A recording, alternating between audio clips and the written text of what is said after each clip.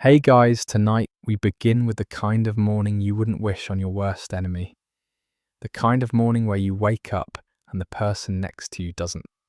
Not because they got up early to make breakfast, no, because they are quite demonstrably dead. You sit up in the straw and blink at the corpse.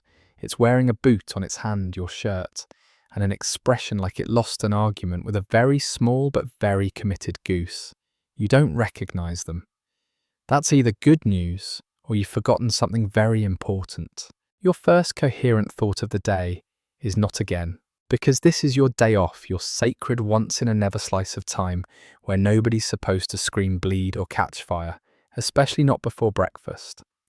But instead of peace, you have blood on your sleeve, a splitting headache, and a goat chewing your bag of coins in the corner like it owes him money. You stare at the bard for a full 5 seconds, long enough for the silence to swell into something accusatory and for his grin to widen like it's feeding off your disbelief. His cloak stitched from what looks like the inside of a wine cask, and several unrelated curtains flaps in the breeze, as if attempting escape. His lute, battered but defiant, hangs at his hip like a sidearm, and in his other hand, a ledger swollen with time damp, and somehow stamped with wax seals, from at least 3 kingdoms, none of which currently exist. 3 chickens, he repeats, flipping the book open as if this were a court of law, and not a roadside reunion with someone who once attempted to auction your boots while they were still on your feet. You resist the urge to speak immediately, not because you're stunned, but because you're calculating how many steps it would take to reach the nearby well and drop him into it head first. 7, probably. 6. He's distracted by his own reflection in the water. He taps the page again. Also, you promised to tell me the truth about the night in Belheim. The one with the bishop, the wine cellar, and that very specific dog. You close your eyes and sigh, the kind of sigh that implies you've just rewatched your entire life and found most of it to be a regrettable improv performance directed by chaos. Do I look like someone who remembers the location of 3 chickens, you mutter? Finally, though, not to him. To the universe. To whatever gods might be listening through pigeon feathers and misplaced thunderclaps. The bard beams as if you've just agreed to an encore. Excellent. I'll take that as admission of guilt and moral responsibility, he says, which is exactly the sort of sentence that only makes sense if you've spent enough time with him to know that his reality bends whenever it's convenient. You stand brushing hay and doubt from your cloak and consider whether this is still your day off, or if it has officially become one of those in-between states, like purgatory, but with more livestock and people who think riddles are personality traits. He follows naturally, like a stray curse. Together, you head toward the village's only inn, not because you believe it will offer rest, but because it offers chairs with backs and windows with curtains, 2 luxuries sorely lacking in your recent accommodations. The path winds between crooked fences and sleepy homes, each chimney puffing out smoke that smells faintly of turnip soup and desperation. You remember this village only in fragments, a conversation in a cellar, a knife hidden in flour, a promise made beneath a collapsed archway. You don't recall breaking it, but promises like bones tend to snap without ceremony. As you walk, the bard hums, not a tune you recognize, not something you want to. The notes are off kilter, like a lullaby sung by someone who's never known peace. You glance sideways. He's smiling still, always smiling, not because he's happy, but because it unsettles people. And in this world, unsettling people is a form of currency. At the inn, a sign swings gently on rusted hinges. A faded stag with 3 antlers and a missing leg glares down at you. The name beneath the limping crown, you've stayed in worse. Inside, the air is thick with heat ale, and the kind of conversation that halts the moment you enter. Faces turn. Some recognize you, most pretend not to.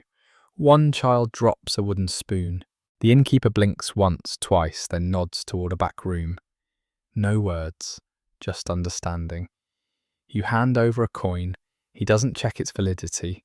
He's more concerned with the presence of your companion, who is already ordering something with far too many adjectives. You take your seat by the window, always by the window, always with your back to the wall, and scan the room.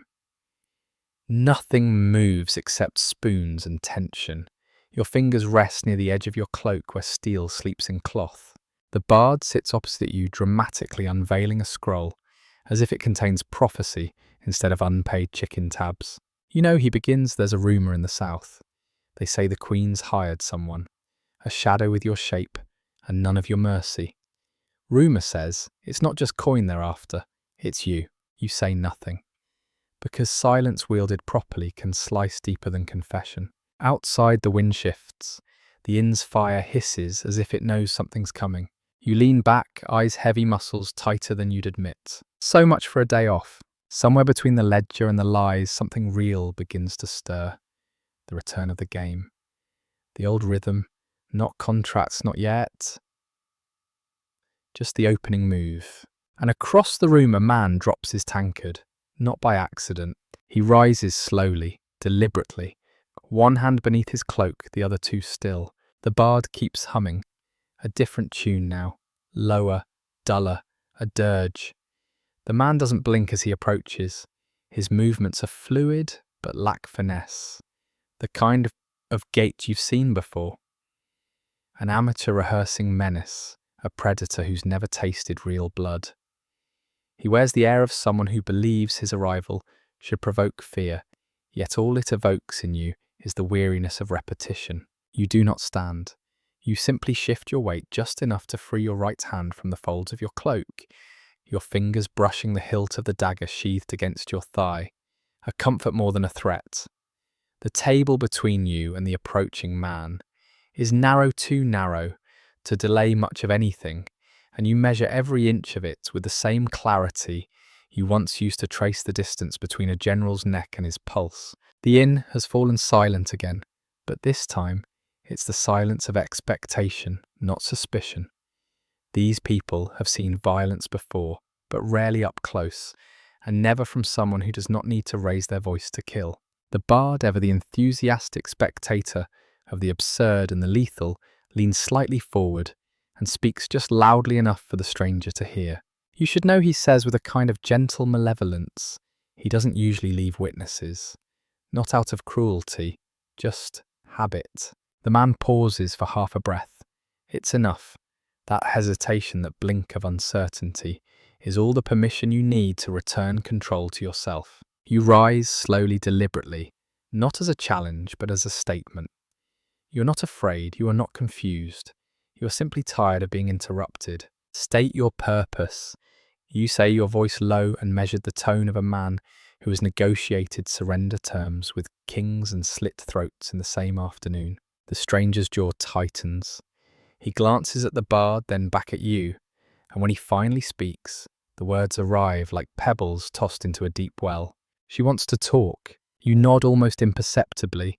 You knew this was coming.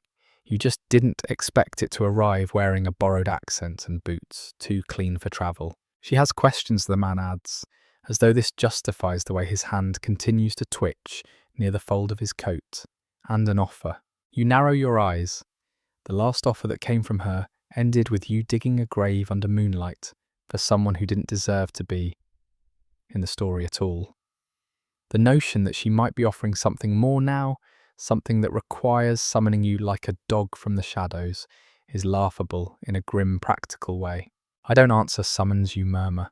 Not from her, not anymore. The stranger shifts his stance, not enough to be obvious, but enough for you to see the intention gleaming just behind his brow. He's not here to deliver a message. He's here to evaluate, to measure you, maybe even to provoke. And that's a mistake. You don't draw your blade. You don't have to. Your words cut sharper than steel when you allow them to. If she wanted a meeting, you say evenly, she'd have sent someone who knew better than to stand that close while lying. The man flinches barely, but you see it, and that's all you need. You step forward not with aggression, but with certainty, the kind that crushes hope before it can become a thought. He stumbles back, not out of fear, but out of instinct. His body knows what his mind denies, that you are not someone to approach or summon or test. Tell her you continue, that if she wants words, she'll have to find her own tongue. And if she sends another dog, I'll return it muzzled. The man hesitates.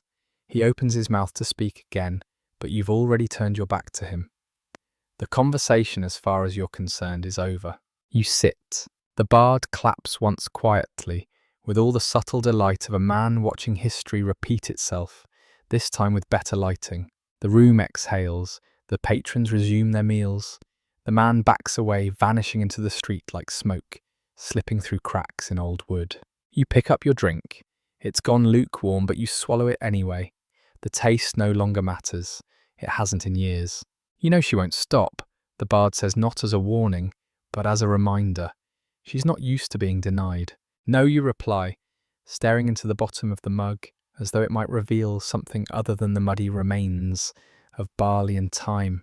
She's used to getting what she pays for.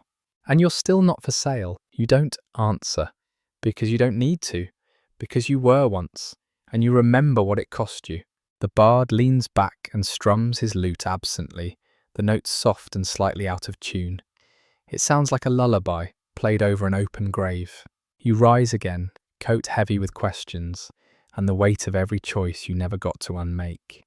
The door creaks as you step out into the cold again. The cold. The night waits, and somewhere in its folds she is waiting too. The air outside has thickened since you last walked these streets, somehow colder without wind, quieter without peace. It's the kind of atmosphere that speaks not in words, but in pressure, in the subtle shifting of silence that warns someone is watching. Not here, not now, but somewhere close enough that the sensation wraps around your throat like a promise. You move without haste, not because you feel safe, but because predators don't rush, they glide. You have long since become the thing others fear to name, and tonight your footsteps fall, like the ticking of a clock, counting down to a choice you do not yet understand. She wants to speak. That means she wants something she cannot buy outright. That makes her dangerous. You know her kind. You knew her once before she became a silhouette in every whispered rumour and the centre of every conspiracy. With legs. She builds networks like spiders, build webs intricate, patient and designed entirely for someone else to die in. The fact that she's reaching out now means someone she couldn't catch is still breathing, and that someone is either you or someone she wants you to bury. You find yourself on the edge of town where the buildings thin and the land turns wild again. There's a tree here, ancient, crooked, scarred by lightning and time. Beneath it, someone once made you a promise. Beneath it, you buried your last illusion of what kind of man you might become. It feels fitting that you've returned here, as though the land itself remembers your story better than you do. So, you lean against the trunk, press your forehead to the bark, and let yourself breathe. Not deeply, just enough to remind your body that it's still alive and that staying that way requires clarity. It's here in this hollowed out moment that you sense movement, not behind you, within you.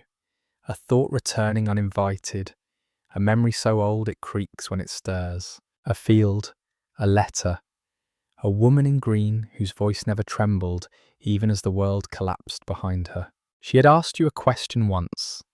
What would you be if no one were watching? And you had not answered. You still can't. The past is not a well you can drink from. It's a wound you learn to limp with.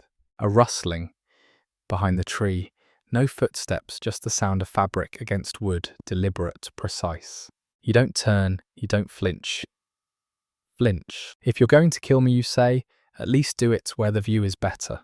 A soft chuckle, feminine, familiar, but not hers. You turn now slowly and find not an assassin, not a messenger, but a girl. Young, pale, wrapped in a grey cloak too large for her frame. She holds a scroll in one hand and an apple in the other. She does not look afraid. She should. I was told to find you, she says, her voice even as though she's done this 1,000 times. And to give you this. She hands you the scroll first. You don't open it. You don't need to. The seal is hers. Black wax. Imprinted not with a crest, but with a sigil, she invented a single drop of blood suspended between two mirrored daggers. You pocket it, The girl watches. She said you'd read it when the time was right. She continues now, offering the apple, like it's a part of the deal. You take it more out of curiosity than hunger. It smells like autumn. You wonder how she made it smell like memory. She also said the girl adds stepping back, now that the choice isn't about the past. It's about who gets to keep theirs. You raise an eyebrow. Do you know what that means? The girl smiles, and for a second it's her smile. The woman who once promised to never lie to you, and only ever told you the truth when it hurt most. No, the girl says, but she said you would. Then she's gone. You don't follow. Instead, you sit under the tree, scroll in one hand, apple in the other, and stare into the dark that stretches beyond the horizon. This was your day off, a chance to breathe, to remember who you were without a blade in your hand. But now the game has started again. You bite into the apple. It's sweet, too sweet, a flavour that always came with a cost. The scroll remains unopened in your hand, long after the apple core has been buried beneath a loose patch of earth beside the tree. You haven't read it because you already know the first line. It will not say, "I'm sorry," or "This will be quick," or even, "We need to talk." No, her letters never begin with sentiment. They begin with pressure. She writes like she speaks clean, surgical, and designed to make you feel that she knows you better than you do. And perhaps she does. She's certainly tried long enough. When you finally unseal it, the wax snaps like brittle bone, and the parchment sighs in the wind, aged but purposeful. You unroll it slowly, careful not to tear whatever string of fate she's hoping to pull taut around your throat again. The first words are simple, inevitable. You owe me. You stare at those 3 syllables for longer than necessary, letting them echo. Not because they surprise you, but because of how confidently she still believes you'll agree. As if loyalty can be accumulated like interest. As if memory is a currency only she can collect. The rest of the letter unfolds like a snare. Details about a man in the north, an advisor discreet and dangerous but slipping. She's convinced he has betrayed her. She doesn't say how, she doesn't say why, just that he must be dealt with. No signature, just a symbol again pressed at the bottom, like a second heartbeat. You fold it carefully and tuck it away, not because you plan to follow her command, but because even rejection deserves ceremony. It's always the same with her. Every thread she spins comes back to the same premise.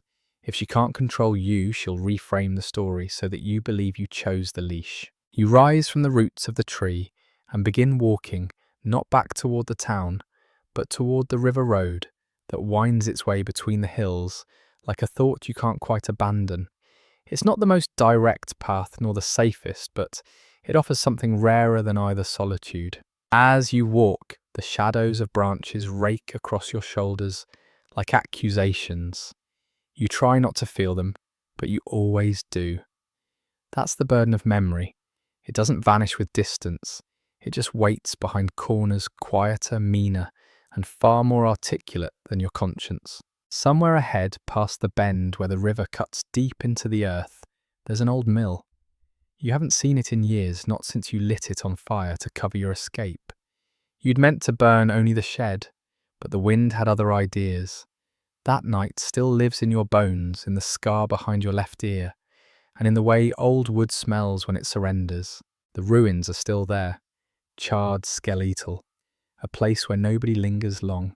And yet tonight someone has. You spot the light, first faint flickering, then the silhouette, slouched unmoving like it was carved from shadow.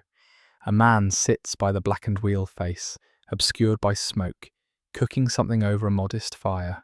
You approach slowly, not out of fear but calculation. He doesn't flinch as you arrive, just lifts his chin slightly, revealing a face aged more by regret than time. "I thought you were dead," you say the words, neither kind nor cruel. He pokes the fire with a stick. "I was," he replies.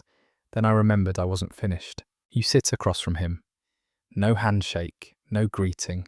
You share a history so tangled it doesn't allow for pleasantries. His name is Marek.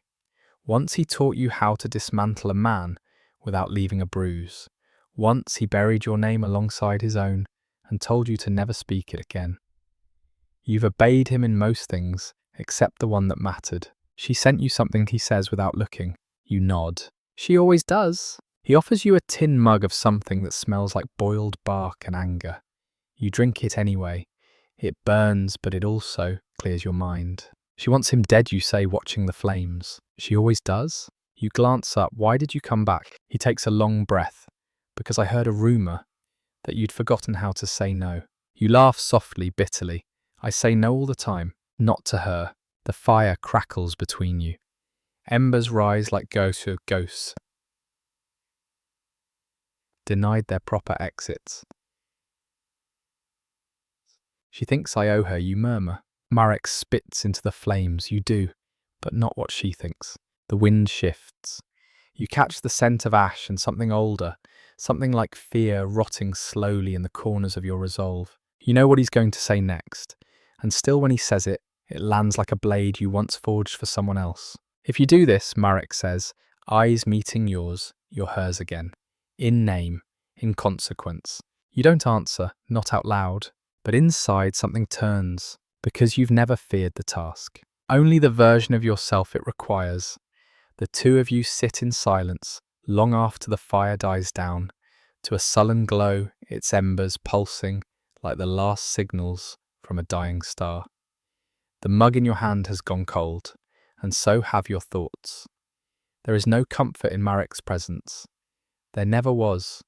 He was the man you went to when you needed to become someone else. Someone sharper, quieter, less conflicted. Someone who could kill without weeping afterward. He gave you the tools. You never forgave him for that. But you've kept them all the same. I shouldn't have come here, you say, eventually, voice low and hollow, like it's been borrowed from someone more certain. Marek doesn't disagree.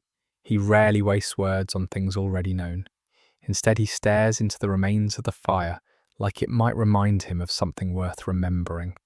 When he finally speaks, it's not to comfort you. He doesn't do comfort.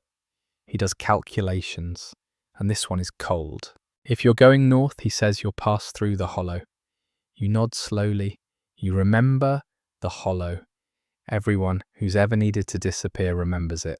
It's not a place you find on maps. It's a location defined by absence of law, of mercy of consequences, a stretch of sunken land that never quite dried after the war, where the dead never quite stayed buried. A place full of people who are not lost, but deliberately missing. It's also the one place she wouldn't follow you, which makes it either the safest or the most dangerous place to go. You say nothing, and Marek takes that as the confirmation it is. She'll expect you to turn toward the city, he says, brushing ash from his coat, toward diplomacy, toward the lie of civilization. You smile humorless. Then I'll give her silence instead. The two of you stand at the same time, not because it's planned, but because men like you don't rest long. He puts a hand on your shoulder, not affection, just acknowledgement. You nod and the gesture is returned. When you walk away, you don't look back. You've never needed to. The night carries you forward, and the hollow waits. By morning, the trees begin to thin and the ground beneath your boots softens into mud. Not clean forest mud, but the kind that pulls at you like memory.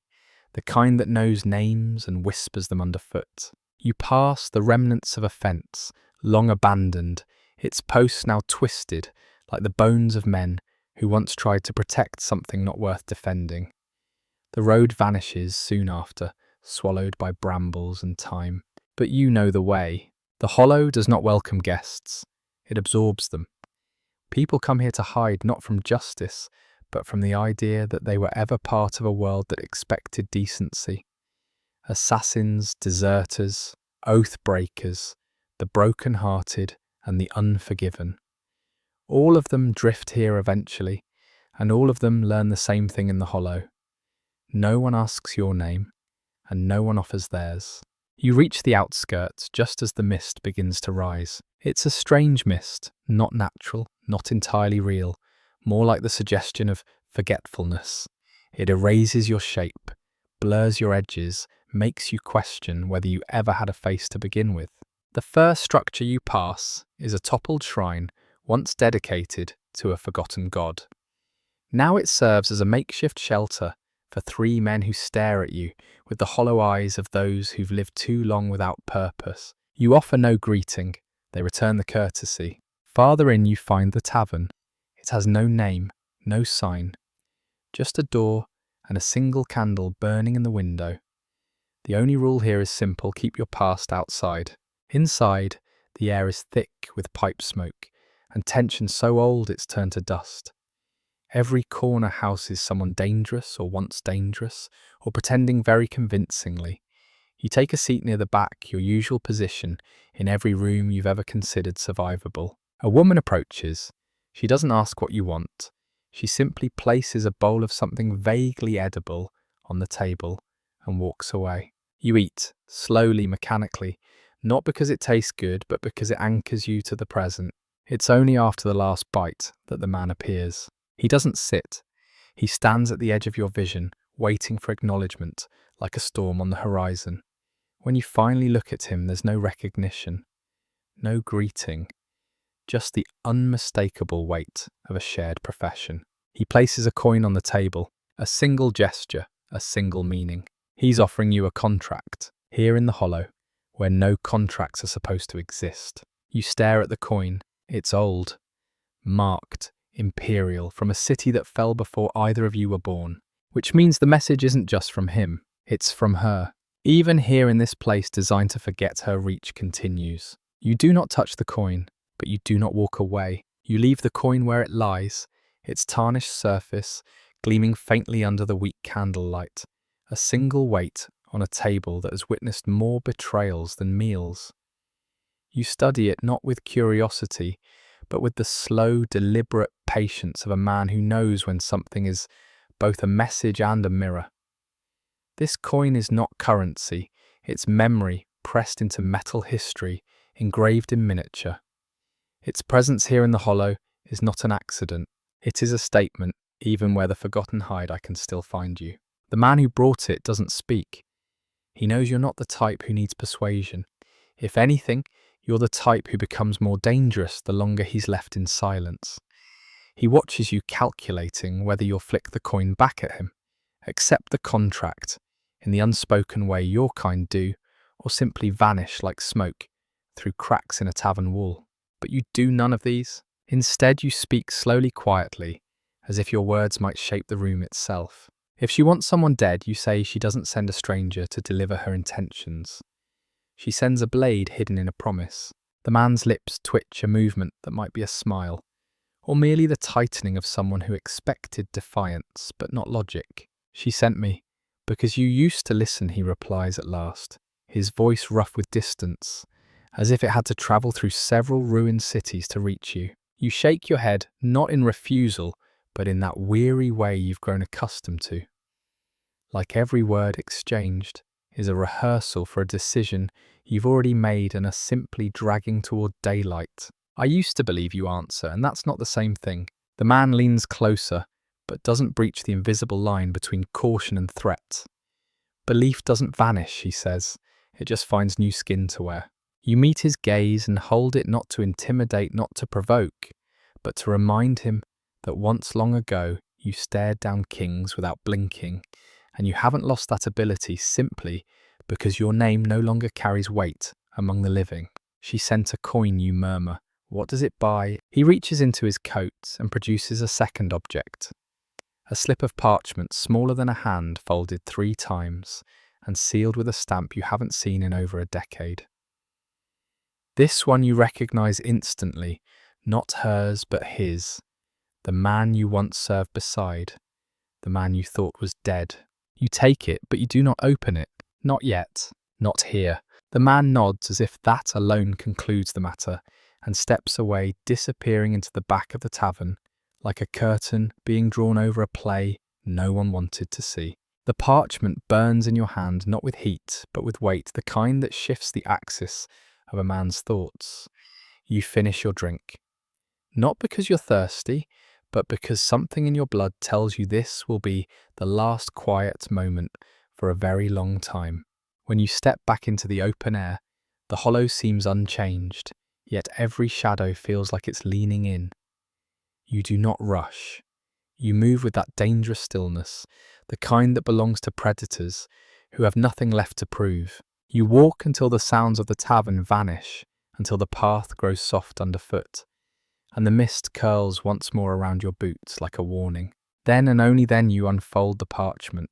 The writing is unmistakable, firm, angular, with that barely constrained energy of a man who always seemed one decision away from burning down his own empire.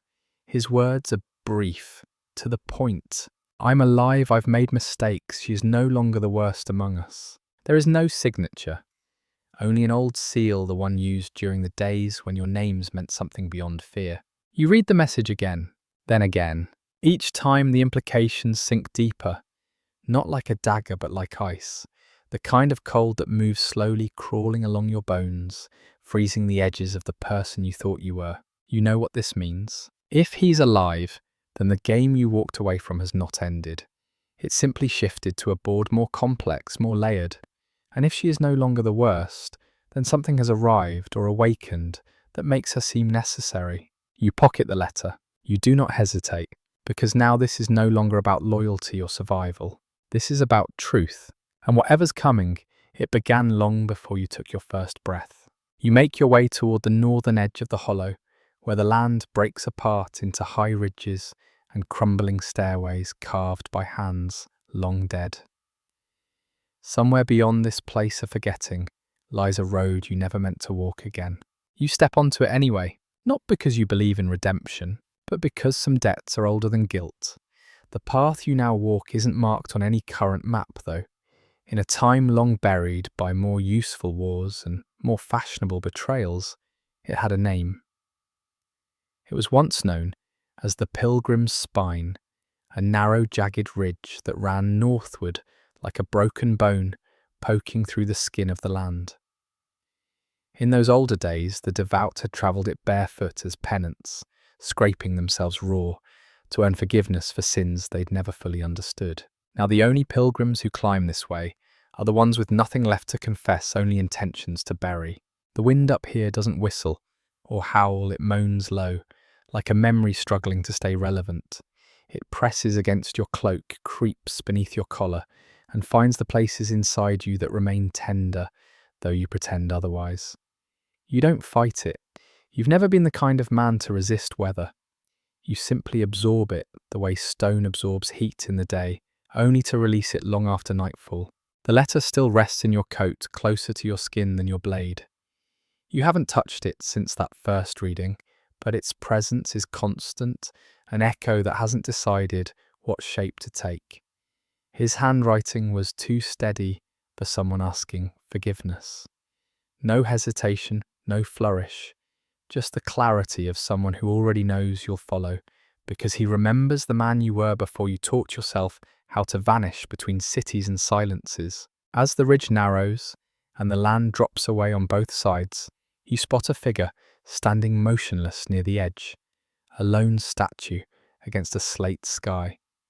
You know better than to assume surprise is possible. This deep into the wild, whoever this is, they've been waiting, not for you perhaps, but not for anyone else either. You approach with caution wrapped in indifference, the way you've learned to do, when death might be rehearsing its lines, just out of sight. The figure does not turn. At first glance, it seems to be a woman, tall, still cloaked in something grey and thick enough to pass for moss in this light.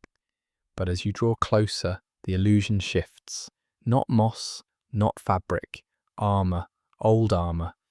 The kind they stopped forging when battles started being won with lies instead of swords. You pause a dozen paces away. I didn't expect you to get this far, she says, her voice brittle, like dried leaves rubbed together between iron fingers.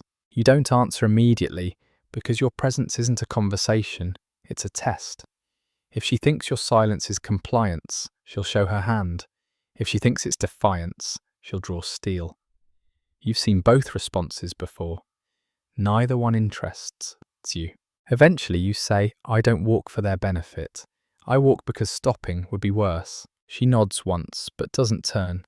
Then you remember what lies at the end of this road. You do, more clearly than you'd like. There had been a fortress once, nestled in the crook of two hills, like a secret whispered between the bones of the earth. It had belonged to no kingdom, yet answered to many. A place built not for defence, but for forgetting. People went there to disappear, not physically, but historically. The kind of place where records were burned while the bodies still cooled. It had also been where you were made. Not born, not raised, but made. The woman finally turns, and you recognize her. Older, yes, worn down to the steel beneath the skin, but unmistakable. Jessa, you say, more to test the air than to summon her. She nods again, not in greeting, in confirmation. You once trained beside her, though. Beside is a generous term. You were children sharpened into weapons, taught to kneel with elegance and kill with humility. She had always been better than you at everything that didn't matter, and worse at the one thing that did, disappearing before someone decided your usefulness had expired. Now here she is, decades later, standing on a path that leads to something neither of you had intended to see again. Why are you here, you ask, and though the words are simple, the question they carry is immense. She breathes in through her nose, a slow intake that sounds like she's preparing herself for a story she's already tired of telling. Because he asked, she says. You don't need to ask who she means. And because she adds her voice lower now, you're not the only one who's starting to wonder if we made a mistake leaving things buried. The wind shifts cold and abrupt, like the landscape itself reacting to the weight of that sentence. You watch her closely, not for deceit, but for the kind of truth that only lives in posture and tone. We can't win, she says, and it's not defeat in her voice, it's clarity. Not if we fight the way we were taught, not if we keep playing by rules written in blood and erased with coin. You don't speak, not yet. There's nothing new in what she's saying, only a deeper bitterness to the truth you've both known for too long. I'm not here to change your mind, she says, stepping aside and gesturing toward the descent beyond the ridge. Only to make sure that when you see what waits below, you don't look away. You don't nod, you don't thank her. You walk past her like a ghost she once imagined, and now has to accept as real. The trail ahead dips into fog, into the territory that once trained you to become invisible. But you don't plan to be unseen this time. Some truths have to be carried into the open, even if they come wearing the face of a friend you buried without a grave. The descent from the ridge is not merely a shift in elevation. It is a passage, a quiet unravelling of everything upright and orderly in the world you've left behind. The path narrows and twists, as if the land itself is reluctant to reveal what lies below. Here the trees lean closer, their trunks warped and leaning at unnatural angles, bark peeling like skin under old fire. Fog drapes across the slope in ribbons, never still, never consistent, never giving you the full view of what's ahead. But you walk anyway. Every footstep feels heavier now. Not because of fatigue, but because you are re-entering a geography that remembers you better than you remember yourself. The forest down here doesn't forget. It holds on to faces, footsteps, voices, and the names of those who thought they could rewrite the terms of their existence just by walking away. You have walked away more times than you can count, but the ground still knows your weight, and the trees still know the angle of your silhouette when you passed beneath them, as something much younger and far more arrogant. By the time the last stone of the ridge gives way to the dirt path that leads into the valley, the fog has thickened to the point that your world is reduced to 3 paces in front and a trail of crushed leaves behind. Somewhere in the middle of that narrowing perspective, you feel the shift, the subtle, intimate sensation of being observed by someone whose gaze isn't meant to intimidate but to measure. Whoever watches you now isn't waiting for you to make a mistake. They are simply ensuring that you've come far enough that turning back would no longer serve you. The remains of the old structure rise up from the mist like the ribs of a buried godstone, arches leaning into each other, half-swallowed columns, shattered tiles engraved with symbols no longer taught. Once this had been an institution, a sanctuary to those with the talent for erasure. It had trained the lost to become weapons, and the loyal to become shadows. You remember the echo of boots in the training halls, the way silence was drilled into you, not as a tactic, but as an identity.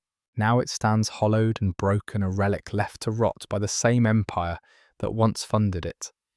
And yet the moment your foot crosses the outer ring of stones, that marked its perimeter, you feel it again.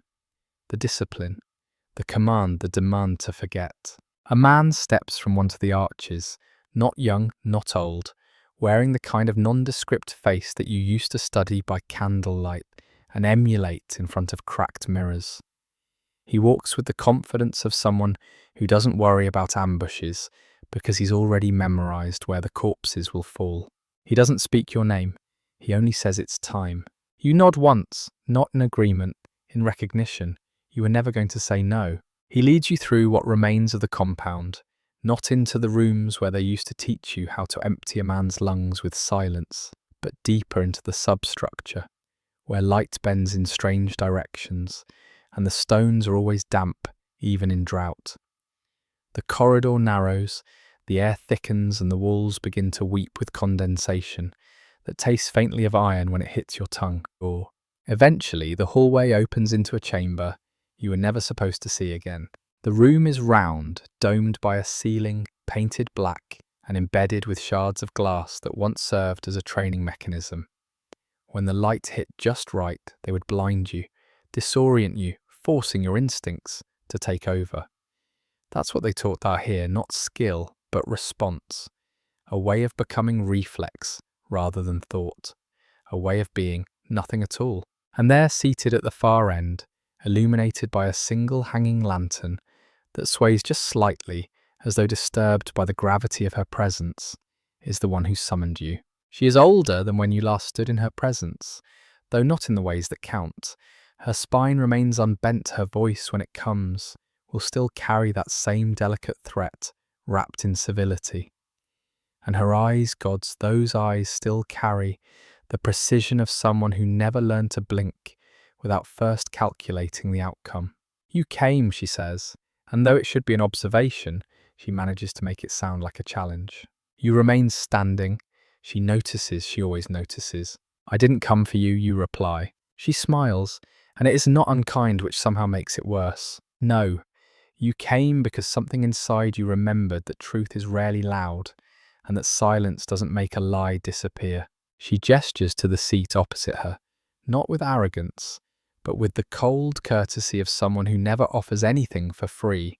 You sit, not because you accept the invitation, but because your legs remember this room, and your body understands that standing for too long here is its own form of confession. She studies you the way a scholar studies a wounded animal, with curiosity, detachment, and just enough empathy to make the dissection more effective. You received his letter, she says, and there's no hesitation in her tone. She isn't asking. She's building the conversation, like scaffolding piece by piece around the truth you haven't spoken yet. You nod. He's alive, you say. She doesn't blink, for now.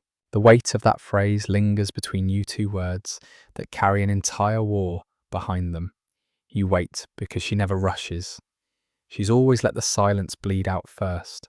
There are forces moving now, she continues, that care nothing for the elegance of assassins or the loyalty of old allies.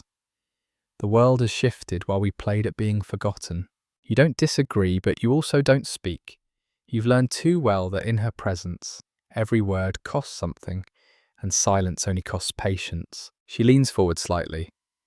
You will have a choice soon, between honouring what we were or surviving what they've become. You tilt your head the closest you'll come to provocation. And what do you plan to do when the war comes back? She smiles again, not gently. I don't plan to survive it. There's a kind of stillness that exists only in rooms like this, forged not by the absence of sound, but by the weight of decisions being shaped between people who no longer believe in innocence. It is a silence that wraps around you like wet linen, clinging, suffocating, pulling every breath into focus. You sit across from her, no longer the figure she once directed like a blade sheathed in courtly etiquette, and yet not entirely free of that former gravity either.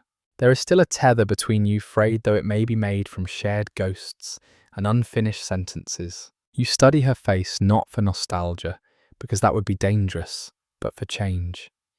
And you see it not in wrinkles or fatigue, for she carries age like she carries consequence, elegantly hidden beneath structure and posture, but in the eyes.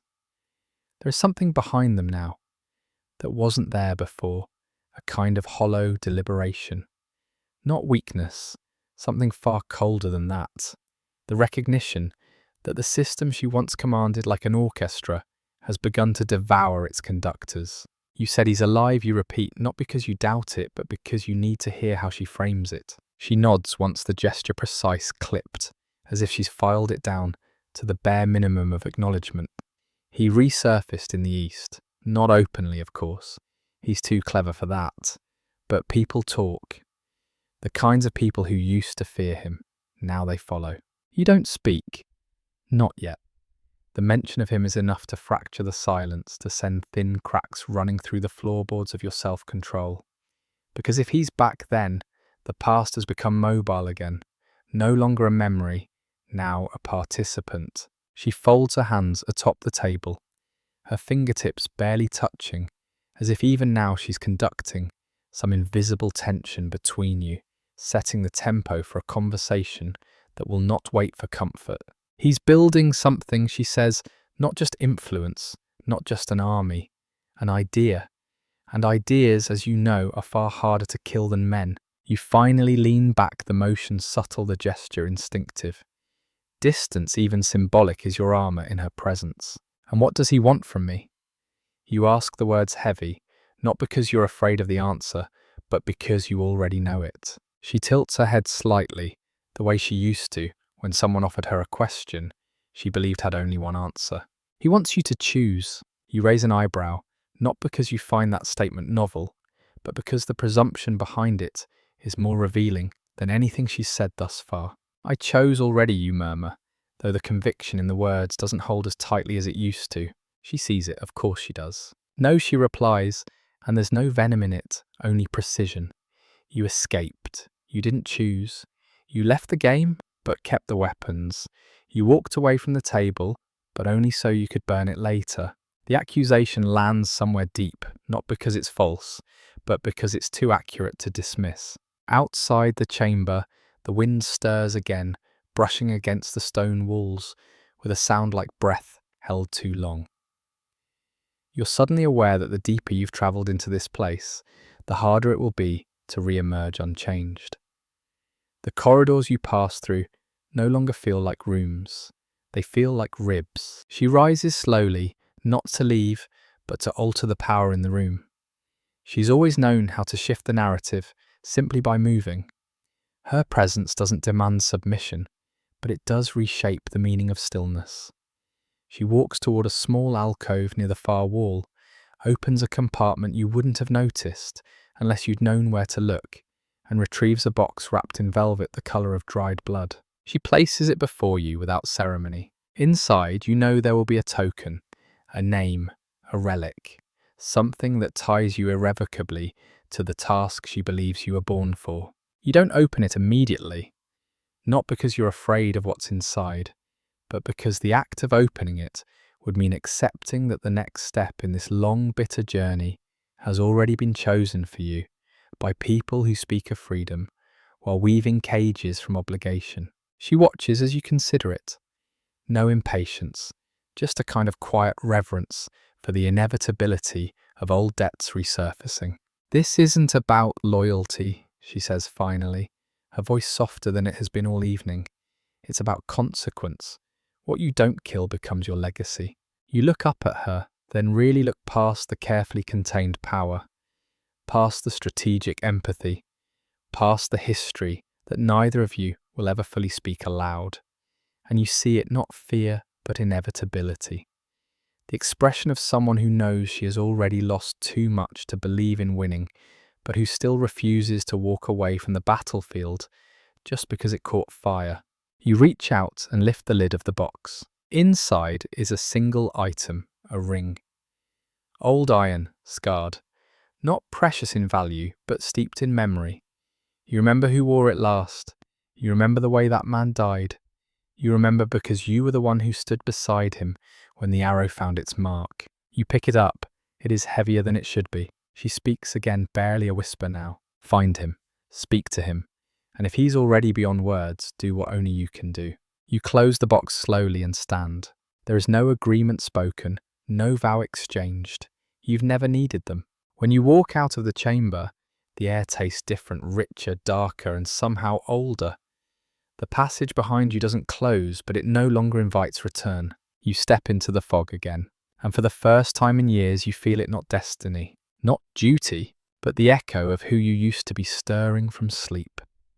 The fog outside the compound clings to you as though it recognizes your scent not with affection, but with the familiarity of something that has waited too long to reclaim what belongs to it. Each step forward feels heavier than the last, not because of the weight of the ring in your pocket, though that too is a quiet anchor, but because of the increasing awareness that this road once abandoned has not lost its appetite for those who walk it alone. You do not glance back toward the ruin, because the kind of decisions that are made in chambers, like the one you just left, do not allow for second thoughts. They're not structured like choices, but like inheritances passed down, taken up and carried forward, whether or not you ever agreed to the burden. What she placed in your hand wasn't an object. It was the gravity of unfinished intentions, a reminder that silence too has a lineage, and yours has grown too loud to ignore any longer. The forest thickens it again as the path bends east, following a ridgeline that in clearer times would offer a view of the valley, below a sprawl of black pines and forgotten villages, now just silhouettes etched in grey. Somewhere out there, he waits. You do not know precisely where, of course. That would make things too simple, and men like him never resurface where they can be approached directly. He has always preferred the indirect path, the one that forces you to ask questions before your permitted answers, the kind of path you only find by unmaking yourself as you travel. But you do have a place to begin. There's a monastery not far from here, if monastery is still the right word for a place, that once pledged itself to quietude and has since traded its faith for security contracts and coded letters. They call themselves archivists, now though few who seek them out care about the preservation of history in any traditional sense. What they protect are names, connections, timelines, fragments of truth scattered like broken glass across too many regimes, too many lies dressed up in royal crests. And more importantly, you remember that he trusted them once, or used them. The difference has never mattered much. The path narrows, winding between outcrops of stone that rise like teeth from the earth, jagged and old, their surfaces carved not by wind or water, but by hands long dead.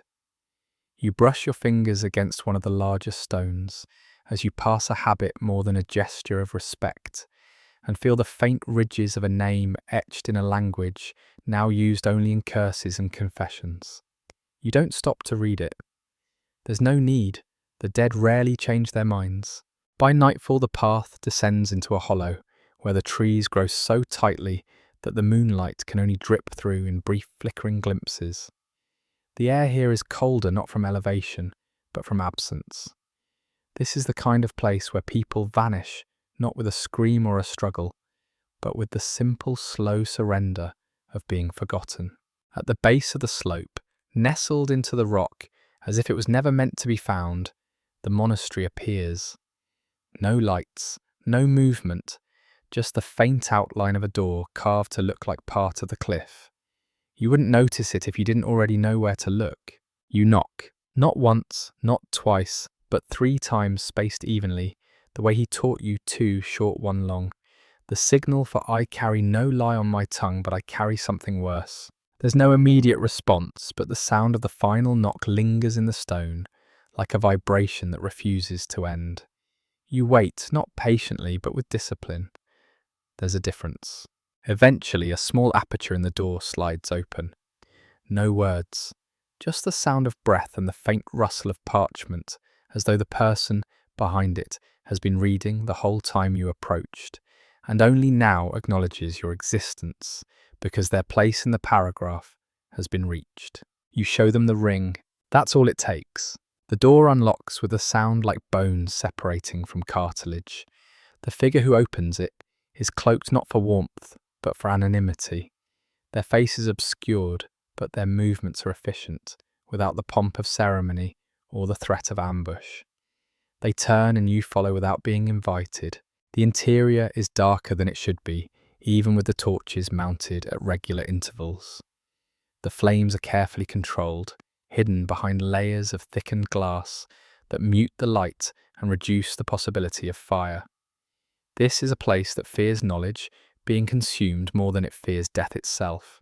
They lead you through 3 corridors, each one narrower than the last, until you arrive in a chamber that resembles neither a library nor a chapel, but something in between a sanctum, not of worship, but of recorded silence. Scrolls line the walls, bundled in knots and patterns you remember only vaguely from your early training. There is order here, but it's the kind of order that only reveals itself if you already know the shape of what you seek. He's not here. You knew he wouldn't be, but someone has been expecting you. The figure gestures to a table in the centre of the room. On it rests another parchment, folded but not sealed, weighed down by a stone, with an inscription too faded to read. The gesture is clear. You may sit. You may read. You will not ask. You do. The note is short, too short. You're not here to find me. You're here to remember why I left. No signature, no directions, no explanation. You sit for a moment longer than necessary, the parchment still open in your hand, and realize something you hadn't considered until now. He knows you're not ready. And worse, he's waiting for you to admit it.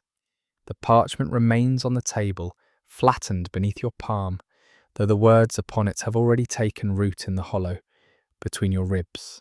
You're not here to find me. You're here to remember why I left.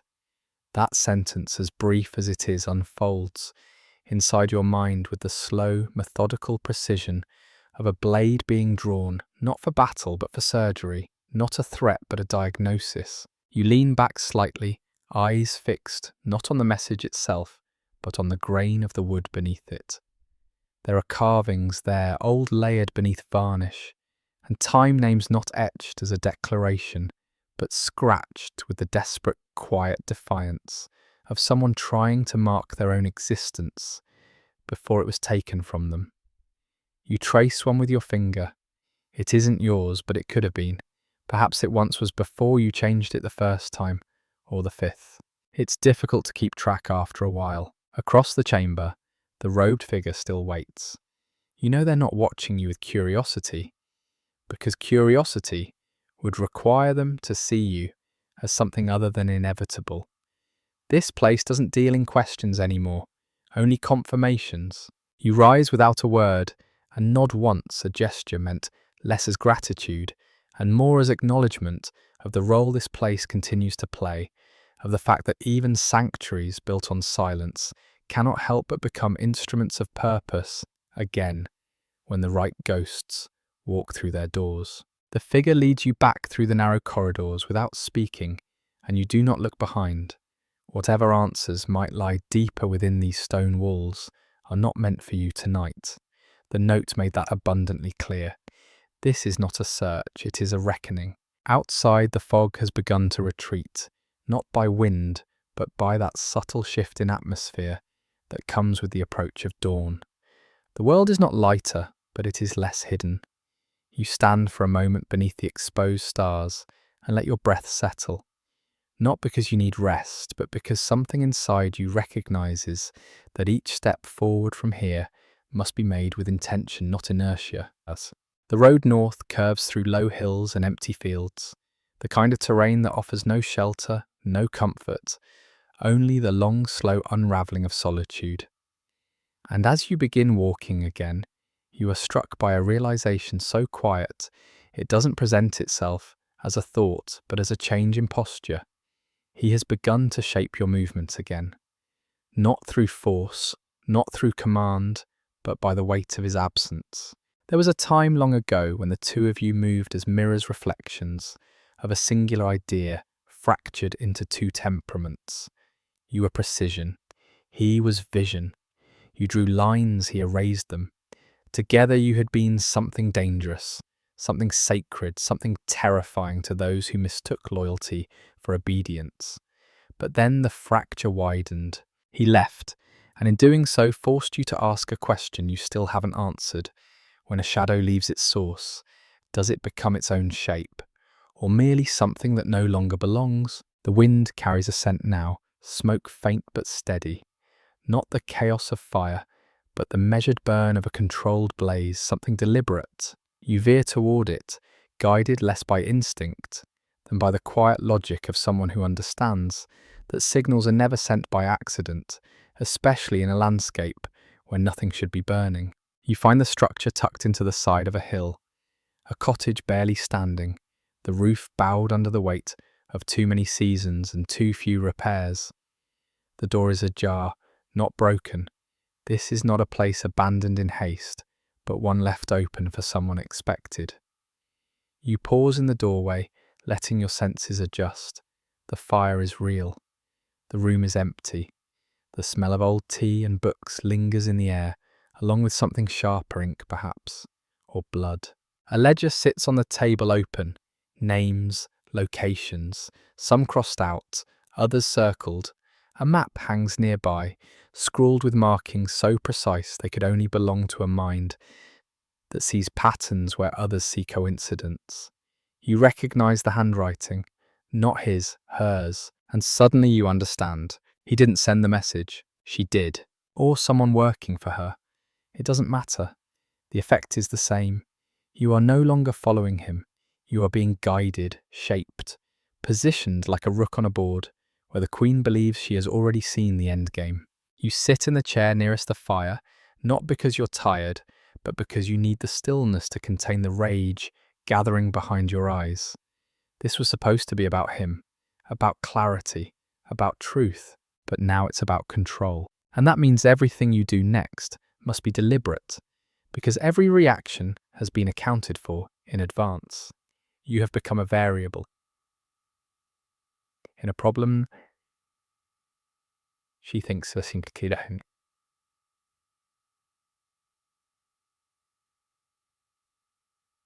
he's already shaking to me, so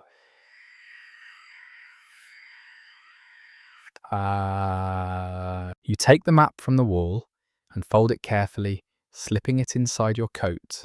Then you rise, walk to the door, and close it behind you, not gently, but with enough force to remind the knight that you are not someone to be led without resistance. Whatever he's building, he's not doing it alone, and now neither are you.